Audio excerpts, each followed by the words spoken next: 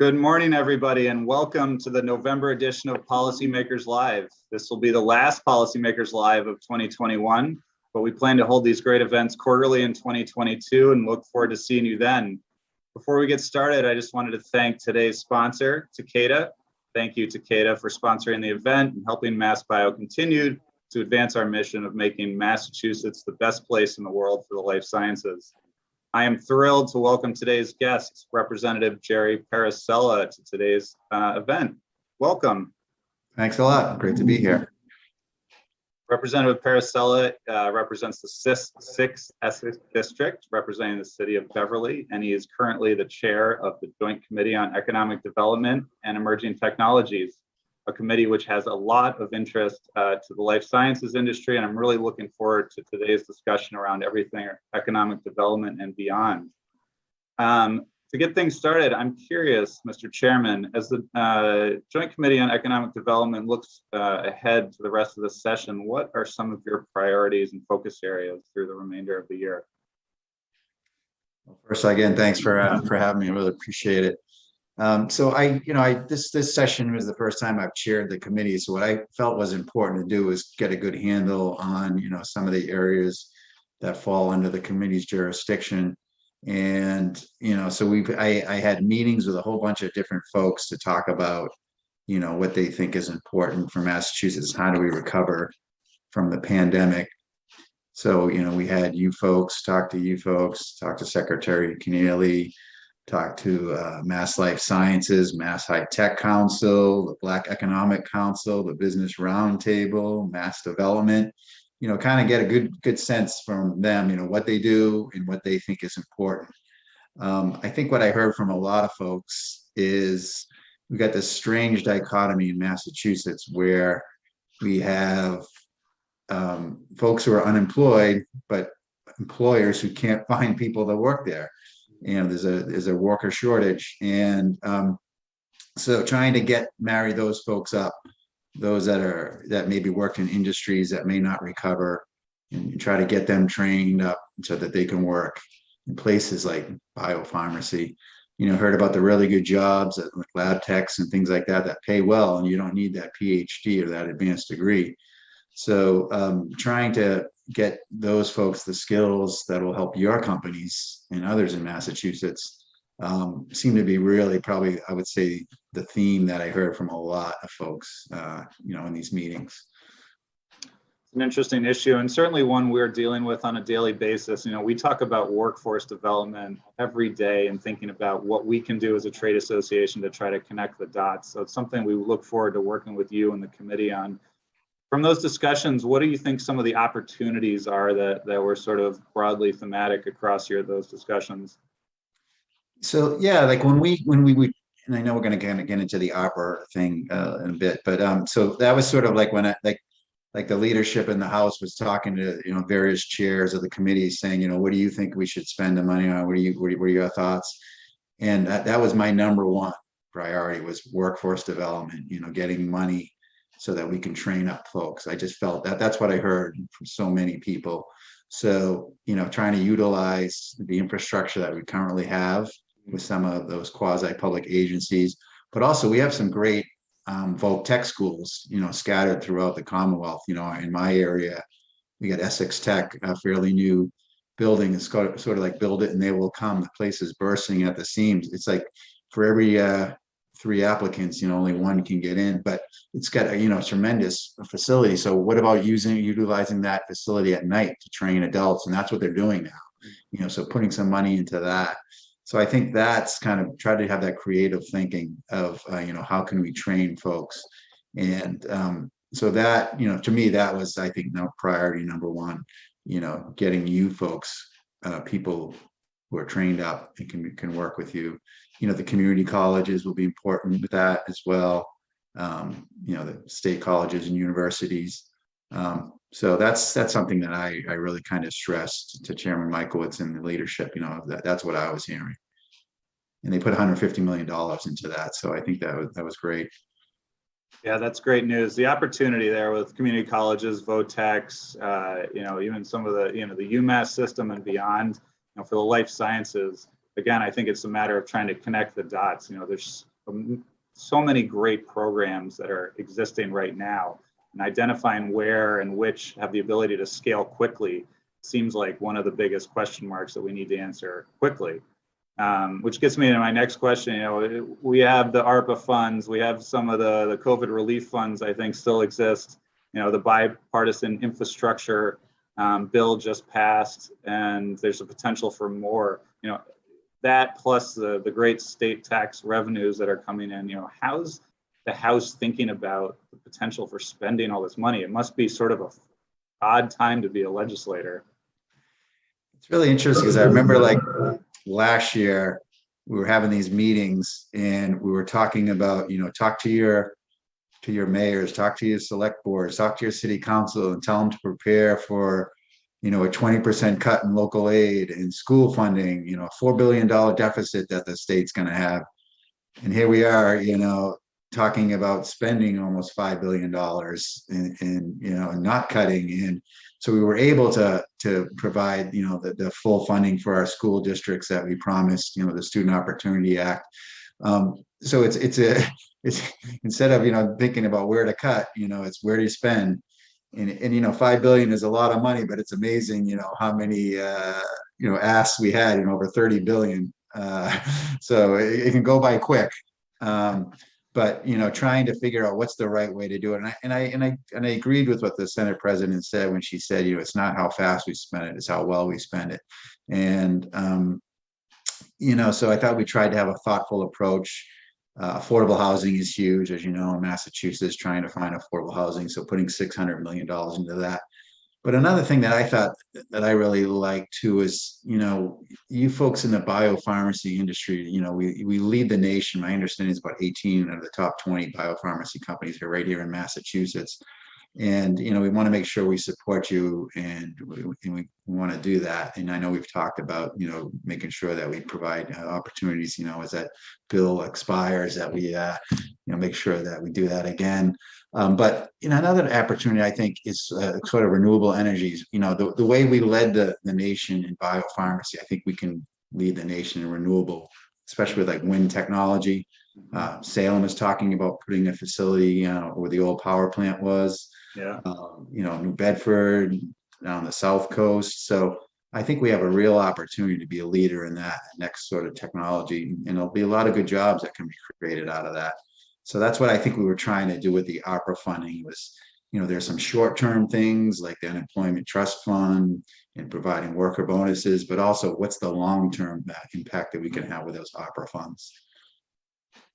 And thinking about infrastructure a little bit, what kind of infrastructure challenges are you looking at in your district, but you know, also across the state? I think we see that as certainly a barrier to continued economic growth, or whether that's transportation, you know, majority of the workers coming into Kendall Square every day take the red line, or whether that's housing, trying to attract talent from out of state, convince them to move to Massachusetts can be pretty challenging when they look at the housing prices. How are you thinking about that on a district level, but more broadly across the state? So in Beverly, we have two commuter rail lines that merge at the Beverly Depot, the Rockport and the Newport lines. So prior to the pandemic, we had over 2,000 people taking commuter rail. The trains were jammed, people couldn't find parking. You know, we built a 500 car parking garage and we get filled by 8 o'clock. And, you know, now you look at the trains and the 20–30% capacity full. And so it's a huge transition. So trying to get people back onto the trains, because I certainly see that people are back on the highways because traffic is pretty bad. And there was some discussion during the ARPA funding, you know, what do we do about infrastructure? And the thought was, let's hold off on doing big investments with the ARPA money at this time to see if Congress does pass an infrastructure bill. And, you know, they did. So I've heard estimates of, you know, anywhere from $8 to $12 billion could come to Massachusetts with the infrastructure bill. Senator Markey was talking about that. So, you know, that we, you know, so specifically like for my district, you know, getting folks back on the train, upgrading commuter rail, making sure it's reliable, I think is really important. We have an airport in Beverly, you know, we're right on 128. So there's a lot of transportation issues, you know, right here in Beverly, but just, you know, statewide, getting people out of their cars into public transit if they can. I think is really important. And there's no backlog of work that, and it's amazing how much, we could spend that $8 billion so quickly. Whether it's the bridges at the Cape or, upgrading commuter rail or highway system, things like that. There's no question there's a large infrastructure need. Specifically in Beverly, we've been trying to get this exit off of 128 that will open up 200 acres of land for development. So that's a huge economic opportunity. Like the North Shore Chamber of Commerce has said it's one of their top priorities. So something specific like that, because we've got the Cumming Center in Beverly with over 5,000 people working there, and we have opportunities to expand.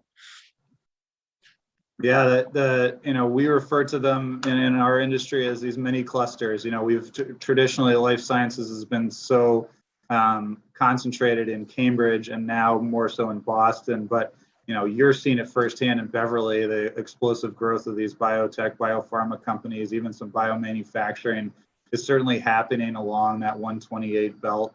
And it's something as an industry that we're advocating for. It needs to happen. If we want to stay as leaders in this industry here in Massachusetts, we can't just be Cambridge and Boston. And I think it builds a lot of benefit to everybody, whether that's housing prices, living close to where you work, all those good things add up. So that's something we're really thinking hard about, is how, again, MassBio can help facilitate that with our members, with developers, and with municipal leaders, most importantly. Some of these new labs are being built in places that didn't traditionally have labs or haven't had them at all before. And I think we can play a role with municipal leaders and educating them on what that means and what the impact is going to be to their districts or for their towns and cities. You brought up life science initiative, and certainly we view that as one of the key reasons why Massachusetts went from being one of the better places in the country for the life sciences industry to really the best in the world. That has been renewed again for Life Sciences 2.0 a few years ago, and now that current version set to expire in June of 2023. That reauthorization legislation historically has run through the Economic Development Committee, and it's something we look to have some conversations with you about what we think could be most helpful in a future life sciences initiative. I think workforce is the top of that list, and we recognize in having conversations with you and others that it needs to be a creative effort. We can't just have a bunch of tax incentives in there, even though those are important. But we want to think with you about how we incentivize that next set of workforce, whether that's for biomanufacturing or beyond. Thinking about reskilling, retraining, have you seen successful examples in other industries, perhaps, about where that is happening currently? I know you talked a little bit about Essex VOTAC schools, but is there other successful examples that we should be aware of? So, like North Shore Community College had a really good program, like partnering with GE for like advanced manufacturing. They build the jet engines over in Lynn, some of the most advanced jet engines in the country. Our fighter jets and some of our military helicopters use their jet engines. And they need really skilled manufacturing folks. This isn't just somebody with a dirty lathe and, thinking of the old school stuff. This is some really high tech stuff. So there's been a partnership with North Shore Community College and GE where they'll bring the students in, they'll train them, and they get jobs right away. So that's just like one example of, partnership of industry and education, things like that. And then, you got like Mass Tech with their internship program, the Life Sciences Center with their internship program. Those things are really important, getting folks in the industry and see what they like it. There's an organization up in Gloucester that gets high school kids interested in the life sciences. We've got North Shore Innoventures right here in Beverly. They do a great job in incubator, and they're trying to get folks interested in the life sciences. They have a partnership with all the colleges in the area, Gordon College, Salem State, North Shore Community College. So the kids can use some of their high-tech equipment. Maybe the colleges can't afford some of that lab equipment, but the students can come over there and use their equipment. And so they have that partnership. So that's really important. And I think having that sort of public-private partnership is really important. It's shown to be very successful. Yeah, some of those programs that we're aware of are really unbelievable and I think have a huge potential. And again, I think maybe it's just a matter of how we scale them up to get more students involved. Are you aware of programs, whether it's in your district or otherwise, where on the high school level? I think that career awareness piece seems to be playing a huge role in how kids think about their future. You know, like you just referenced, you know, biomanufacturing or manufacturing, advanced manufacturing is not the manufacturing of the old days. And it can pay well and can be great careers. And are kids in Beverly being exposed to that in some way, one way or another? I think I think it could be done, better. Yeah. Obviously when they go to the Voc Tech, they can see some of that, but the traditional high school students, not as much, unfortunately, but I think it would be important. But they do have, what I really like is, and unfortunately with the COVID last year, they couldn't do it, but they do have career days and they've had a wide variety of people come in to talk about what they do.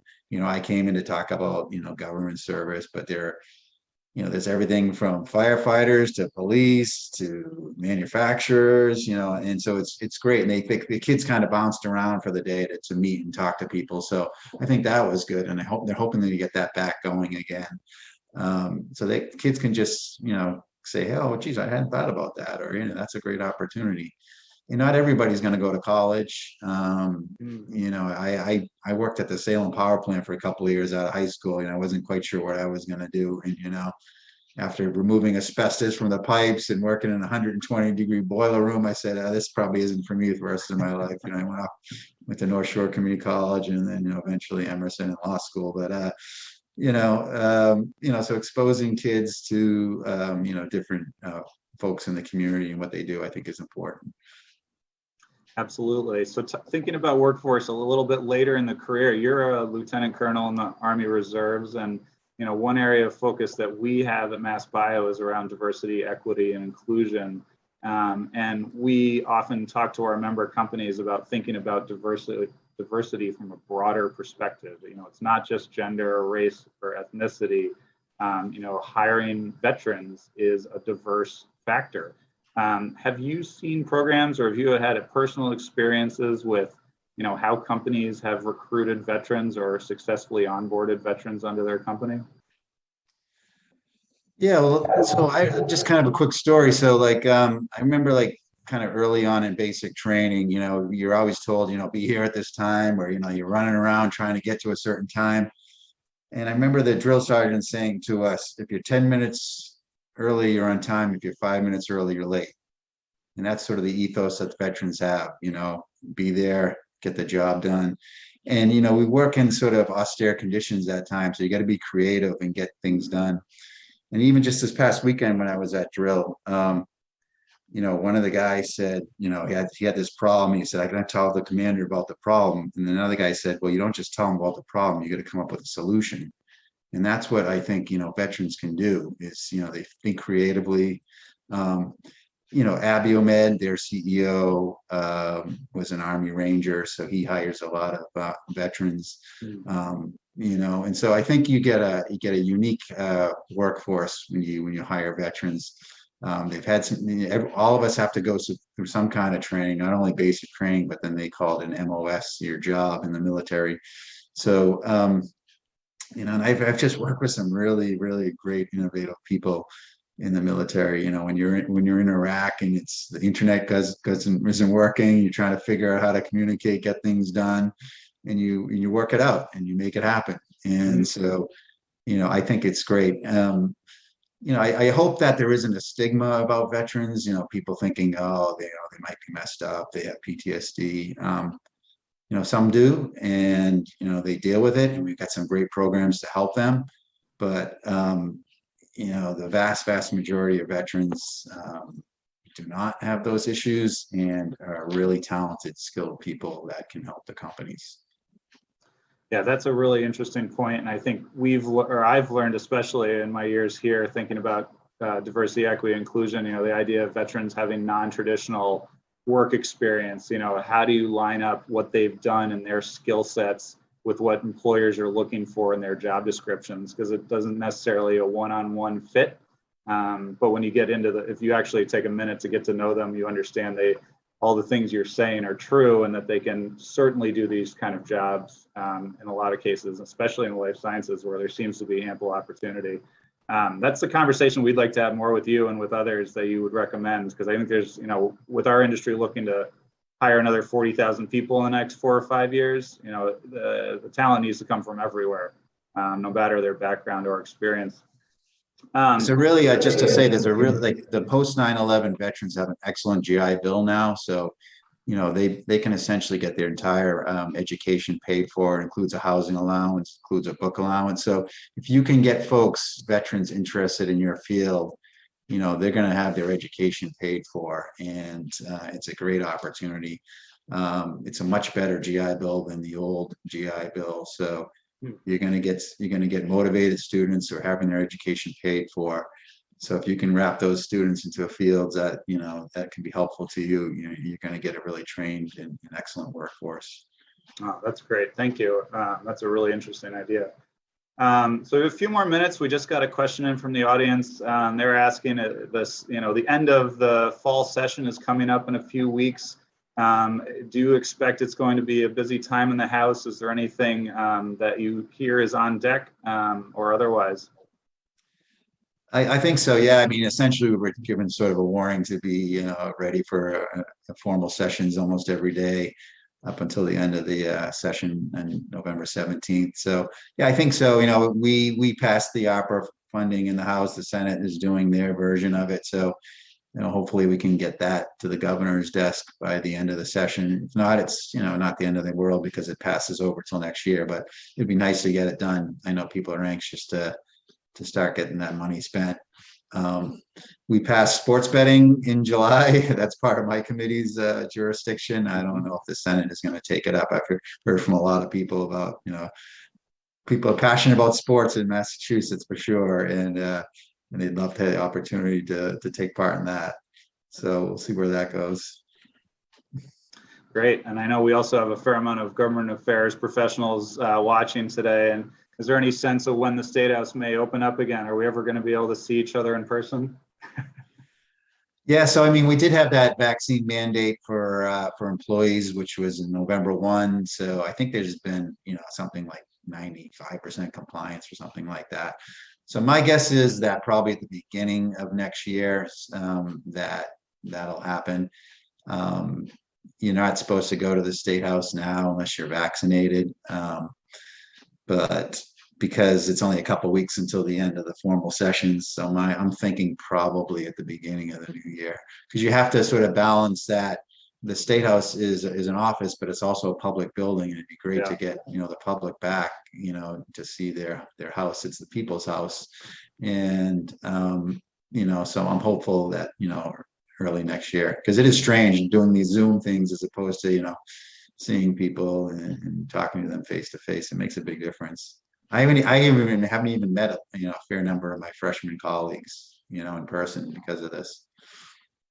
Do you find that your colleagues are eager to come back? How about staff? They've been working from home for quite a while now. Do you have a sense that staff is interested in coming back to the building soon? Yeah, I think it's important, especially for like the newer folks who are, they didn't have that opportunity to kind of meet other staff and talk to them about, hey, how do you do this? What's going on here? And that thing, so yeah, I think so. I mean, I don't miss sitting on the Tobin Bridge for an hour, but it is important to talk to folks in person. That's how you just having those personal relationships is really important. And you can get a lot done, while sort of downtime waiting for, a roll call or something like that. And you just start chatting with your members and say, hey, this is going on in Beverly, what's going on in Springfield or things like that, or I got this bill, I really appreciate your support. That's important.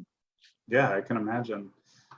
Well, Mr. Chairman, I think we're wrapping up here. I just want to close by saying, thank you for including MassBio in our industry and the discussions you're having about the future of the state and economic development here. We think we have a big role to play as an industry in continuing economic growth here and creating jobs and opportunity for people across the state. Certainly we are dealing with a range of legislative issues. Things around drug pricing is always top of list.